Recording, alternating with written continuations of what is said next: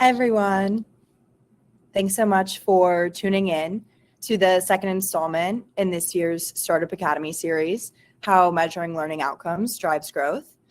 We'll give folks a minute or so here as they trickle in, but can provide just kind of a brief overview and intros.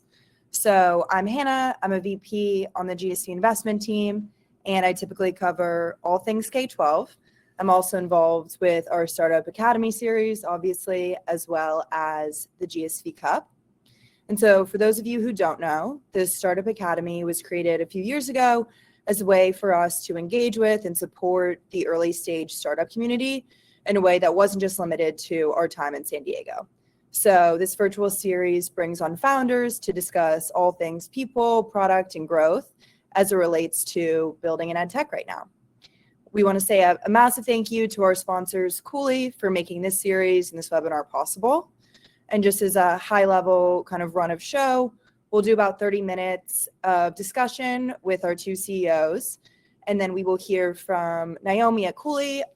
She'll share some insights about navigating the EdTech space and how she supports early stage founders. And then we will come back for a few moments of Q&A. So any questions, reactions, thoughts you have, please feel free to drop in the chat, and then we can circle back to those at the end. So with that, I am thrilled to introduce our two speakers, both of whom are leading the charge in measuring learning outcomes. So with me here, I have Josh Reibel, the CEO of DreamScape Learn, and Shaan Akbar, the co-founder and CEO of Tutored by Teachers. Thanks so much, Hannah. We're excited to be here. Of course. Awesome. So, both of you need no introduction, but it'd be great if we could just get, high-level bios, as well as a brief overview of what your companies do for folks to orient themselves before we dive into the main questions. Sure. I'll go first. So first of all, Hannah, thanks for having us. I've had a 35, I guess it is, year career now in education and ed tech. Most of it actually in K-12, although my current company does both higher ed and K-12. Some of it nonprofit and foundation oriented, a lot of it commercial entrepreneurship, both at sort of larger companies like Kaplan, and then the largest chunk of my career was as president and then eventually CEO of Wireless Generation, and that, which of course became Amplify after we sold it. But I've also done some things in the online career services space, helped recapitalize and pivot a company called So Can You that did online career services, and we eventually sold that to Penn Foster. And now I'm CEO of DreamScape Learn, which is essentially a curriculum experience company that builds curriculum mostly enabled by immersive technologies and VR for both higher ed and K-12. Awesome. Cool. I'm humbled to be in the presence of Josh and of course Hannah. My name is Shaan Akbar. I'm the co-founder CEO of Tutored by Teachers. I, by comparison to Josh, am an EdTech baby. I've been doing this for 4 or 5 years now, and as most folks know, K-12 EdTech is a long journey. Currently at Tutored by Teachers, we are a mission-driven company. We're working to close the opportunity gap in education by serving students in schools with high-impact tutoring. And that high-impact tutoring is powered by our amazing community of highly qualified and diverse teachers. We have over almost 7,000 now. And what we fundamentally practically do is we help schools scale differentiated instruction. And 4 years in now, we are reaching tens of thousands of students, driving double-digit academic outcomes, getting them closer to grade level. And these students are receiving services that they've never received before. And that's the whole part of closing the opportunity gap. And the other extra special part is that we are making sure that our teachers are being paid well. To date, we've now paid over $20 million to our teachers, something we're incredibly proud of. And we hope to double that in the coming years. And so, that's Tutored by Teachers. And, prior to achieving Ikigai, doing this work, I in a prior life, I was a games executive. So I managed a portfolio of Star Wars games for Disney, and was poached by NBC Universal to build a mobile games unit, and did that for almost all of that 7 years, and bring a lot of that expertise and from games and big brand experience to my time at TBT. Awesome. Super helpful overviews. So I'd love to start high level here. When we were kind of discussing this topic as a team, both of your companies came to mind pretty immediately for us when thinking about folks that are doing a great job of measuring learning outcomes. And as you know, doing this isn't always something that's table stakes for EdTech startups, right? Nor is it an easy undertaking. So I'd love to get your thoughts on, just your philosophy or thought process around the importance of defining and prioritizing measuring these outcomes.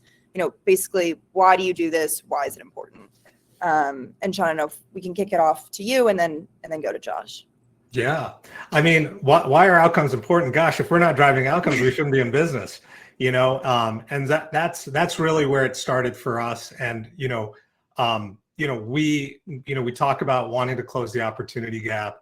And so much of that is, what does that practically mean? And, for us, we want to help facilitate a world where a student's background doesn't determine their educational outcomes. And so practically, that means grade level proficiency and mastery for all students, particularly students that are from less privileged backgrounds. And so, measurement and evidence of learning with fidelity is absolutely critical to the work we do, because so many of our clients and our partners need to demonstrate return on education investment as a big piece of their buying criteria and accountability, but also how are we actually achieving our mission? And there's another piece here, and that is being iterative. Collecting data allows us to be transparent with our partners about what worked, what didn't work, and then becoming partners with them in program iteration, which often falls by the wayside in EdTech K-12. Yeah, so I think Shaan and I are actually sort of fortunate in that demonstrably driving student learning outcomes in institutional education, whether it's K-12 or higher ed, is often very challenging, because there are a lot of ingredients in the stew besides the particular intervention that you're trying to document efficacy for. And the reason I say we're both sort of fortunate is, I think in each of our businesses, we control a lot more of the environment that we're working in, at least the part of the environment that we're contributing to. And so it creates the opportunity to be much more on the hook for delivering those outcomes than I think a lot of organizations can be, which is not disparaging them. In fact, it's actually more, I think a lot of them probably wish that they were in a position to eliminate noise and really be the signal. And I think we're both fortunate that we can really be the signal. So that being the case, yes, just like for Shaan's company, we are very, very focused on student success. There isn't really any reason for an institution to adopt what we do if we can't demonstrate significant impact on student success, because what DreamScape Learn does involves quite a bit of apparatus and a lot of change, and that's worth investing in if it's going to make a big difference, and it's not worth investing in if it's not. And I'd say basically, maybe with one exception, all the stops on my career have been places where that mission impact and shareholder value were very, very aligned. And I think when that's the case, we're only going to make money if we can move the needle on the mission. It's just much easier to manage a company. And it's not always the case that what moves the business is what moves the student success is what moves the business. And I think those can be quite challenging quasi-impact oriented organizations to run. I'll just say a little bit about some of the outcomes we've seen without going into too much detail. But one thing that's interesting is that, again, Shaan and I run very different kinds of companies that are serving in some ways very different segments, but both quite focused on closing achievement gaps. And the flagship product for DreamScape Learn is a replacement for traditional introductory biology labs, again, both in K-12 and higher ed. And that's been incubated through a partnership with ASU. And at ASU, about 30,000 students have gone through that program. We've been able to do quite rigorous randomized control trial studies and have taken what were very, very large business as usual achievement gaps between the highest performing demographic groups and the lowest performing gaps that were 45%, and reduce them to 3 or 4%. And so I'd say that's the outcome that we are most excited about. It is also the case that students going through the DreamScape Learn version of biology are far more likely to get an A in a program that is far more rigorous than business as usual. That's exciting too. But as Shaan put it, when you see demography not being destiny in education, that's when you start to know you're onto something, and it really is our North Star. Yeah, absolutely. And Josh, I love what you said about the two of you being fortunate in some regards in this space of right there, as you close the achievement gap or work to do so, there's some pretty obvious indicators that you would look for: improved test scores, improved GPAs. So Shaan, I'm curious to hear from you a little bit about one, what outcomes specifically are you all looking for? Trying to be kind of as specific as possible for folks in the crowd. And then two, do you have any advice for folks maybe that are building in the crowd that are not operating in as fortunate of a position? So maybe they're working on an EdTech startup where they feel like, we want to measure learning outcomes and show efficacy of our product, and maybe it feels a little bit more ambiguous than improved test scores, whether that's qualitative, quantitative. Yeah. So in terms of measurement for us, it really, we are trying to find, it is a continuum. We're trying to find evidence of learning, both, in the standard sense of summative assessments, like these big pre-post assessments that you see, and state assessments, or nationally normed tests like NWA MAP, or,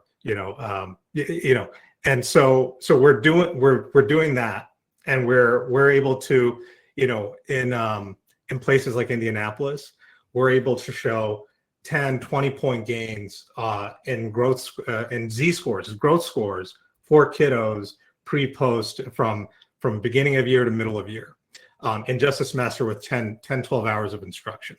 And then, we're also measuring proficiency. So, when, we served, last year we served 20% of Nashville's ninth graders, and we were able to drive in a semester 12-point pass rate gains. So, they were able to go from 73 to 85% passing in just a semester in ninth grade algebra. It's amazing. And then, so these are the sort of outcomes that district officials are looking for, superintendents are looking for, boards of ed are looking for, these large aggregated outcomes. How are large groups of kids doing by demographic, et cetera? And then we're also looking for formative assessment data. We're looking for evidence of learning, like from session to session. Are we seeing kids grok the priority standard that we're teaching? And is it time to move on? And that's really tough. And because we're only getting 10, 12 hours in a semester with a kid. So how much time are you going to dedicate to giving those exit tickets or tests, checking for proficiency? And that's really critical for iteration, for that teacher or for our program managers to say, this curriculum or this intervention isn't working. We need to adapt and adjust. So those are the ways we're looking for stuff. And, just to pull from another thread I was talking about with what district officials, school building leaders, principals, and classroom teachers are also looking for very different data. Principals and classroom teachers are looking for student level data, and they want to know how particular students are doing and they want to know on a more frequent basis than say those district folks. And so that's that continuum, formative versus summative data. And then, your question on advice, really, this is what I'll say. My advice is on building a product first is gosh, just make sure your product is actually addressing a real problem. We are competing for so much mind space, not just with district administrators, but just anywhere in B2B, whatever it is. Make sure you're not dealing with a peripheral problem. Make sure it's a high impact problem, even if it's niche. I've seen stuff out there like graphing calculator management software. At a time when, teachers, students are showing up, or kids are suffering with mental health issues, or they're just way behind, 2 decades behind on their national NAEP scores, That's not what district administrators care about or building leaders care about. So make sure you're dealing with a priority issue. And two, make sure that you're getting engagement. I think that's just that's like the first key measure on, is the student or your client actually using the product? And, we have this really sticky problem in EdTech of the 95% problem, where only 5% of the kids actually engage with the product, and they're the only ones who show outcomes. And funny enough, they're actually not the ones who need it because they're usually the most highly engaged. And so like products tend to show outcomes for just those 5%, and then the 95%, don't demonstrate outcomes. And that, of course, widens the opportunity gap. And so that is my other piece of advice to new founders is, are folks using it? Because once you can have that engagement data, then you can start building other exhaust points on data to start figuring out our kids or students or your customers seeing benefits from it.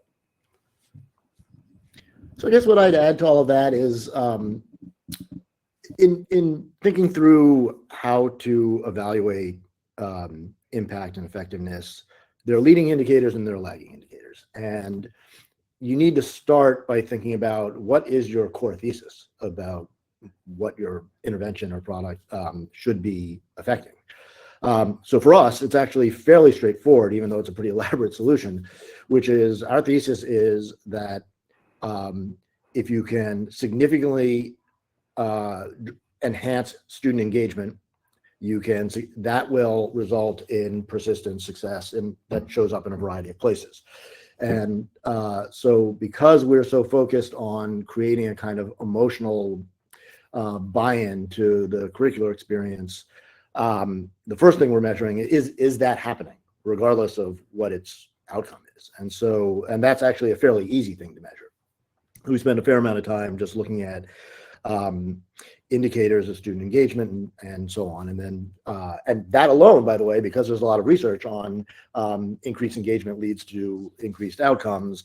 Even if we couldn't directly measure the outcomes, which we can, but if we couldn't, we'd have good reason to think that we're onto something. So that's what I mean by leading indicators, lagging indicators. So, but for us, the lagging indicators are student performance in all the usual places.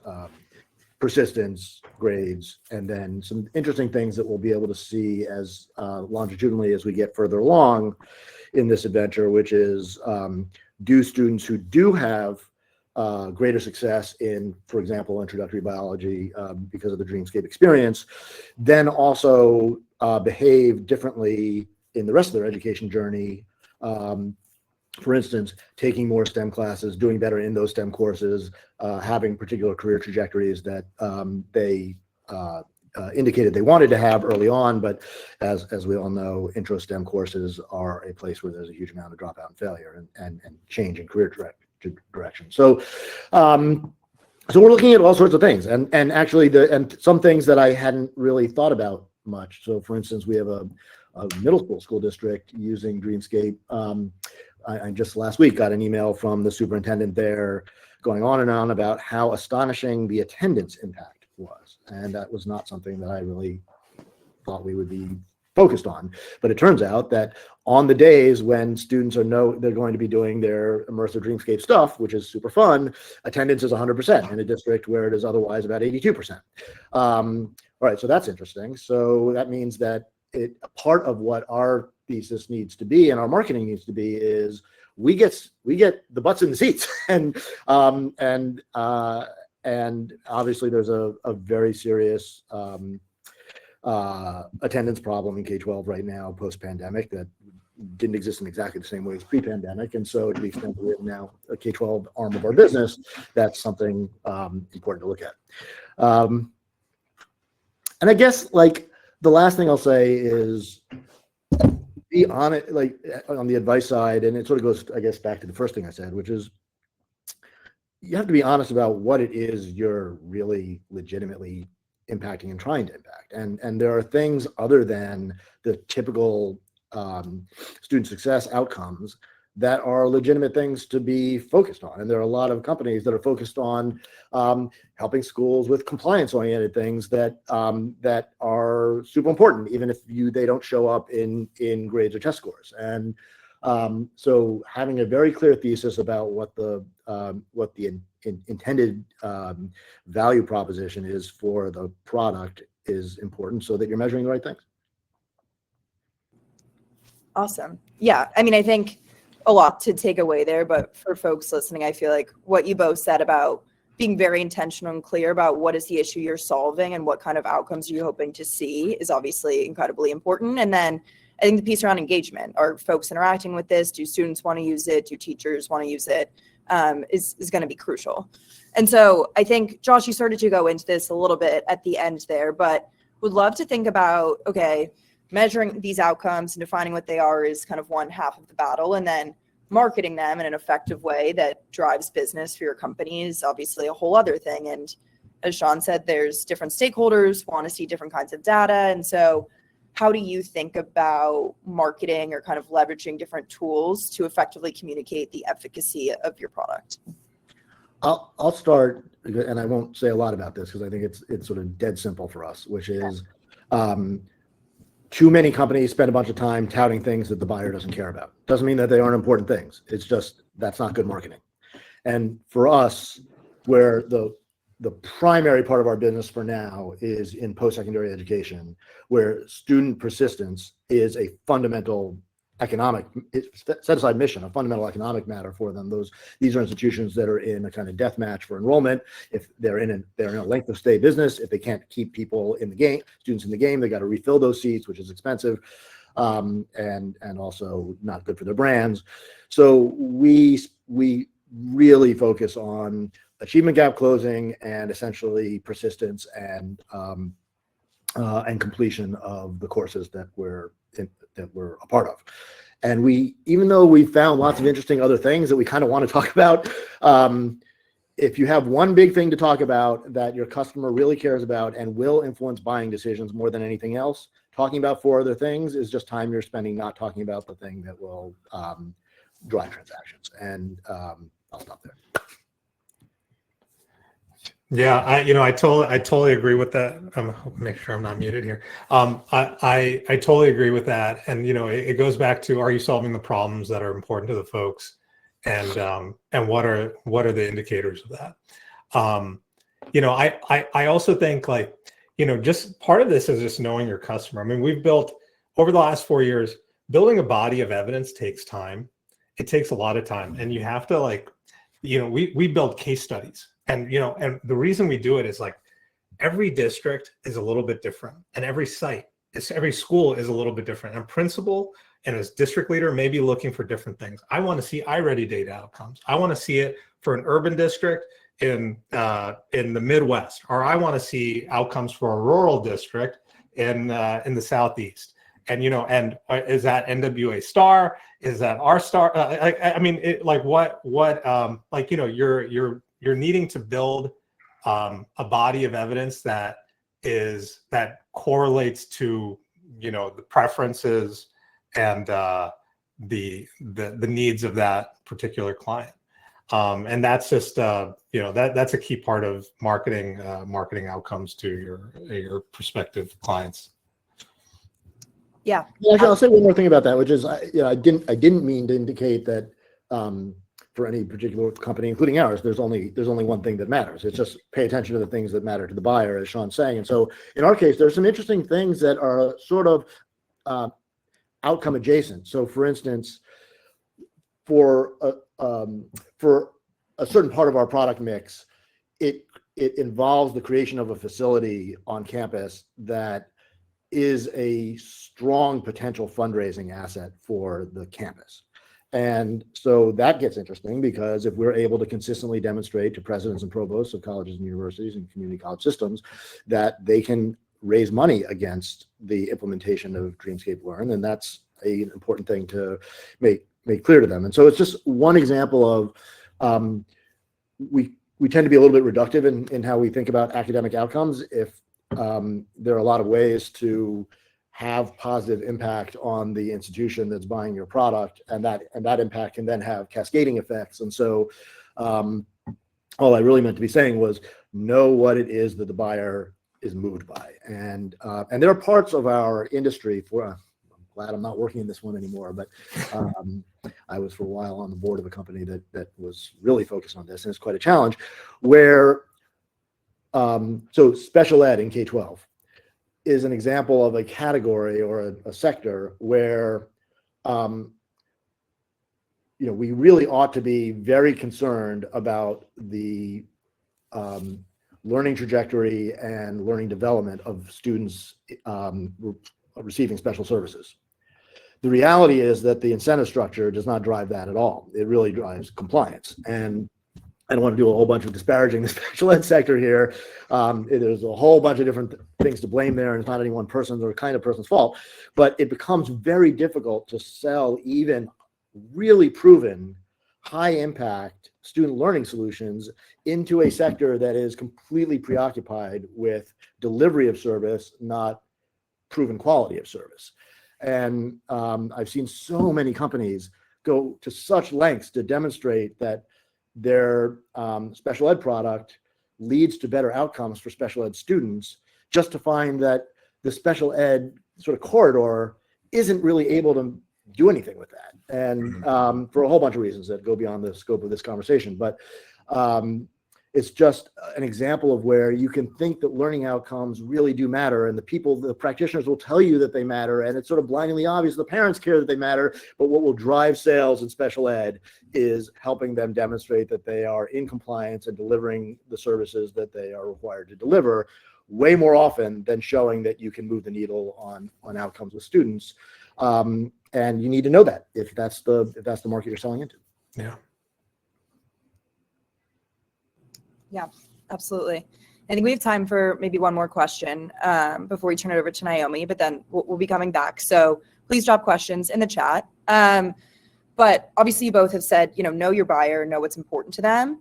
I'm curious if you think over the last few years, particularly, pre, during, and post-pandemic, what buyers care about and or how much value they place on something like learning outcomes. I guess specifically, Shaan, thinking about ESSER and K-12, do you think that's changed? Yeah, absolutely. ESSER, the aggregate K-12 spend, in an average year is like $700 billion across federal, state, and local. And, ESSER pumped an extra $200 billion a year into the system. And it was like flooding, it was like drinking from a fire hose for a lot of school districts. And what I think ESSER really was innovation money for the K-12 sector, and there were some districts that, sprayed and prayed, and they lose a lot of vendors, and, and oh my gosh, I mean, the number of companies that have the name Tutor in it exploded. And so that was certainly an interesting era, and everyone cups spilleth over. And there was a lot of M&A activity in the space and all that funding activity. But now, we're heading into a post-ESSER era. And I think what's interesting is now, there were folks during ESSER and now that were really savvy districts that set up experimentation and tests and used it like true innovation dollars. And those are ones who continue to show really big district level outcomes like Nashville, Indy, Denver. And, but now as budgets tighten, there's going to be a lot more scrutiny around evidence of learning, return on education investment. And, there are, even pre-pandemic, there were like really tremendous players doing measurement around this ERS Learn platform. And now, you're starting to see, districts need to be a lot more contemplative about where they target their dollars. They need to prioritize, and they need to make sure that these are proven solutions. And so that's what we're seeing. And we're also seeing, the rise of something called outcomes-based contracting. So, you're starting at OBC or evidence-based contracting where companies are compensated based off the outcomes they drive. And I think that's tremendous. That's true incentive alignment, circling back to what Josh was talking about in the special ed space, incentive alignment is important. But I also think like the key thing here is as districts adopt outcomes-based contracting, that they also hold the old big players like the curriculum providers also to account on outcomes-based contracting. So that's that's a lot of what we've seen. Now there's been a almost 20% decline in budgets, and you also have the double impact of student enrollment declines over time. And so you have a little bit of a melting iceberg, and so districts have to be really careful in terms of how they deploy their dollars, and they really need to show outcomes. And correspondingly, fortunately, over the last 4 years, we've developed a massive body of evidence at scale across a number of districts, and that allows us to, we've also invested in our outcomes measurement, capabilities and analysis. I mean, we've got data scientists on our team now, many of whom prep me for this call, and that's just I won't ramble anymore, but that's just like that's a key piece there of investing in that and having that evidence, because we're in a brand new era post ESSER. Yeah, I think there's been change in both the K-12 and post-secondary markets in terms of how much buyers are focusing on evidence and what evidence. That said, and part of what's driving that beyond the flood of ESSER money and then the drying up of ESSER money in K-12 and enrollment challenges in post-secondary is just the sheer volume of possible products and services that are available. And so people have to start figuring out, right, how do I make sense of this marketing barrage that I'm receiving and figure out what's worth doing. So overall, I guess that's good. But again, I think Shaan and I have to be mindful that we're sort of, as I said at the beginning of this whole call, fortunate. Like there are a lot of valuable products, resources, services that aren't in a position to demonstrate with real clarity the value that they can deliver, because education is such a complicated mix of inputs, and the traditional curriculum publishers are often criticized for not wanting to be accountable for the impact of their textbooks. But in a certain way, it's like, okay, but so much depends on the fidelity of the use of that stuff that is outside their control. They're not, by and large, service providers. They are instructional materials providers in the narrowest sense of instructional materials. And you can have an absolutely great resource that's used terribly and a great resource that is used well. And sure, you can say, well, it's their job to conduce use towards effective use, but it's complicated, and we all know that. And there are lots of startups doing all sorts of interesting things that it's very difficult to kind of pick the data apart on. And remember that, we as commercial providers, like I can't remember, who was it? It was some big CEO 20 years ago who said famously, I know that half my marketing dollars are effective, I just don't know which half. And so, I think that, we're spending money all the time on our businesses where we're not sure what the ROI is, but we know we have to make gut bets. And I think it's reasonable for school leadership to see itself in a similar situation where, I guess what I'm saying is you can err too far in the direction of feeling like I'm only going to spend against things that I can measure well, because in education, there's not that much you can measure well.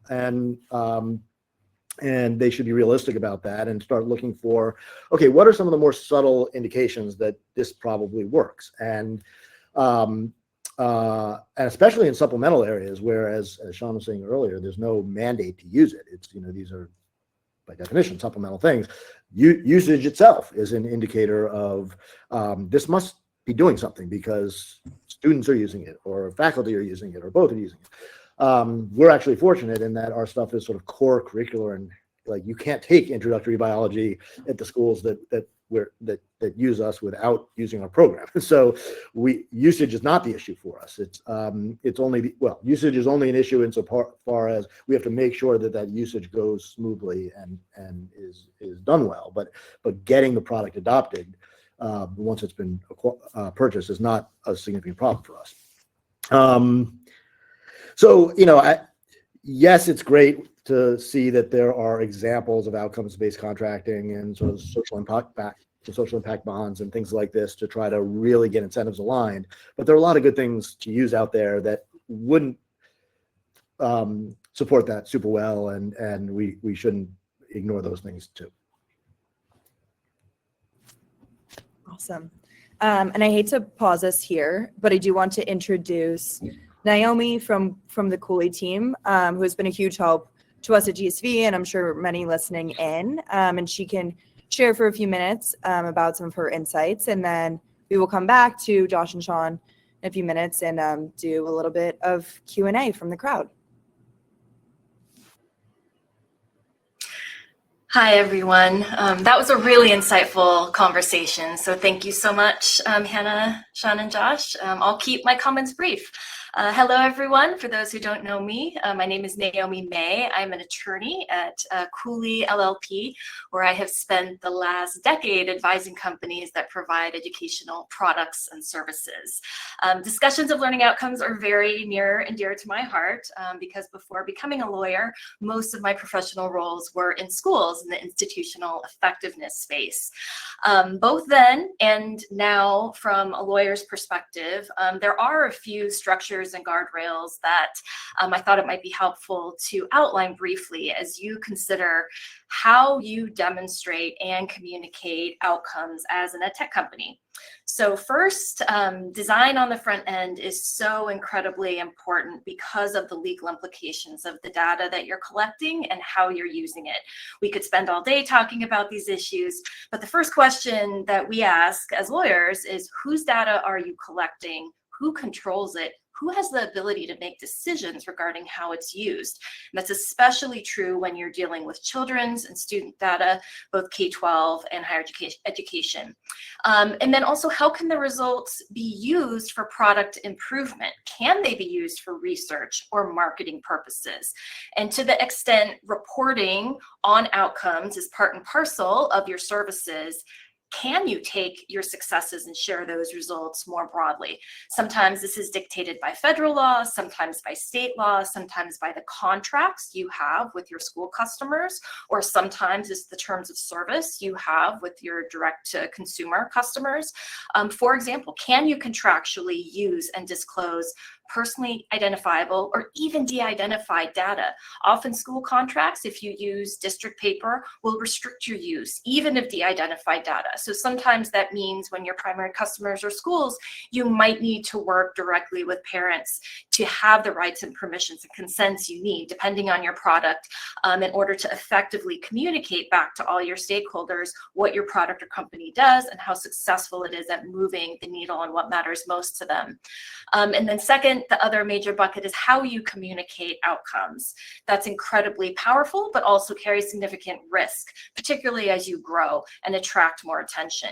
So when you're making representations to your customers or to the public or to regulators, it's important to answer some key questions, because not only should your customers hold you accountable, but also regulators, state attorneys general, and others can also hold you accountable for those representations. Among the questions to ask all the time, how are our outcomes substantiated? There has to be clear and adequate substantiation for any explicit or even implicit claims that you make. So if the claims and the outcomes that you report are not representative, think carefully about how they're articulated. And disclosures, generally speaking, like footnoted details, typically can't cure what could be interpreted as a false claim. And that leads to a related point, which is how do you communicate your outcomes in a way that won't be considered unfair, deceptive advertising. And none of this is really ever intentional, especially on the part of ed tech companies. But terms that are too vague, or in some contexts, the opposite, too specific, can be misinterpreted. So how will the recipient of information reasonably interpret it? And is that interpretation accurate so that they can make an informed decision? But I know you're all eager to get back to the main show here, so I'll turn this back over to Hannah. Awesome. Thanks, Naomi. So I think we only have time for kind of one last question here, and wouldn't really be a GSV webinar if I didn't ask you about AI. And so we had a great question from the audience that I'm going to broaden a little bit here, but what is the role of AI as you all think about outcomes? So in what ways has AI made it easier to capture outcomes? In what ways has, the rise of LLMs and ChatGPT, et cetera, in schools kind of made it more difficult for you all to communicate the efficacy of your solutions in particular? Can kind of let you take that in whichever way you'd like to. And Shaan can maybe start with you. Sure. Thanks, Hannah, for that. First, I won't disparage AI too much, but what I'll say is that I think for us, we look at AI as a means of expanding human capacity and giving humans superpowers, right? And I think that is kind of the first most effective use case for it. Currently, where we're invested is we have AI agents actually observing instructional sessions and rating our instructors. They're not actually, it's not involved in actually capturing outcomes just yet, but it's around, and we have some grand plans around formative assessment of our own. But what we do want to do is want to make sure that, are they meeting professional expectations? Are there any red flag events? How much teacher talk time is there versus relative to student talk time? And what are the key themes? Did they talk about what was in the lesson plan?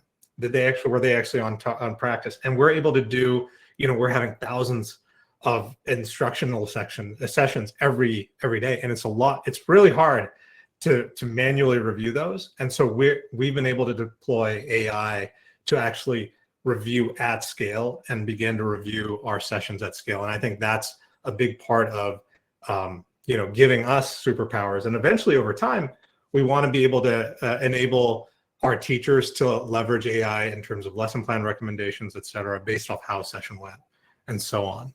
But that's generally how we're thinking about it. And over time, I do think, the tool set is evolving quickly, and it will be able to measure, it will be able to more effectively measure outcomes that are happening in a live teaching session or as a student engages with a product. Yeah, I wouldn't say that there's any way in which AI is making it either easier or harder for us to measure what we're trying to measure, at least so far. I think I'll say this has nothing to do with my business, but in classroom delivery, I think there are a huge number of opportunities to essentially instrument the classroom so that a lot of data is being captured in real time as classroom activity is happening, that in ways sort of similar to what Shaan was just saying, can then get analyzed through AI and can be used with great effectiveness for teacher professional development and maybe even teacher evaluation and probably formative assessment for students as well. And I know there are a few startups in the works right now trying to sort that out. The ways that we are using AI to drive outcomes are primarily ones that I think probably most of this audience is familiar with and seeing in a lot of places. So right now our partners at ASU are doing some experimentation with taking all of the content and information related to some of our curricular programs, putting them into a language model, building essentially an AI bot that can be providing real-time feedback to students as they get confused or lost or have questions, and essentially is an automated tutor, not of the kind that that Shaan's company deploys, but as a sort of feature of a sort of AI coach as a feature of the program. That has not been implemented out in the field yet, but we're doing some studies of it. And actually, I've been surprised at how effective or or how relevant its responses can be. And I think that it's the kind of controlled environment where that sort of agent can do a lot of good.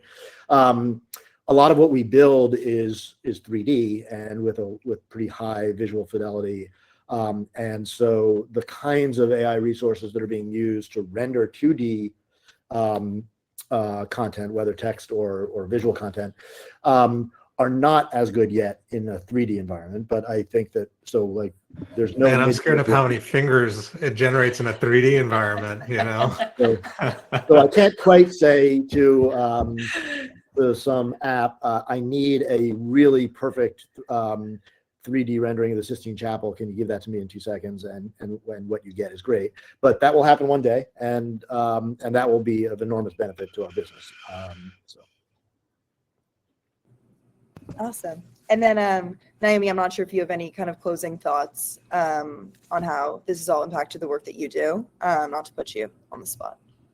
No, there's a lot of uncharted territory. And I think with regard to AI tools in particular, to the point that was made earlier, it will take time to understand the full impact, and it will be iterative, and we won't see the full impact of a lot of the tools that are being used actively in schools, both K-12 and higher ed, for years to come.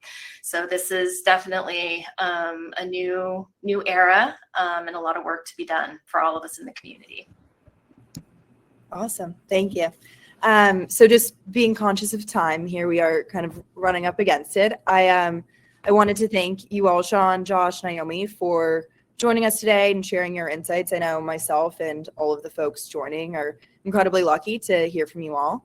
And as I said, this is a series, so we do this leading up to the ASU+GSV Summit in April. And so there will be, more sessions, more founders coming on and sharing insights. And so, please continue to tune in the new year. And we can continue to enjoy the EdTech ecosystem we have. So thank you all so much, and hope you have a great rest of your days. Thanks, Hannah. Thank you so much, Hannah.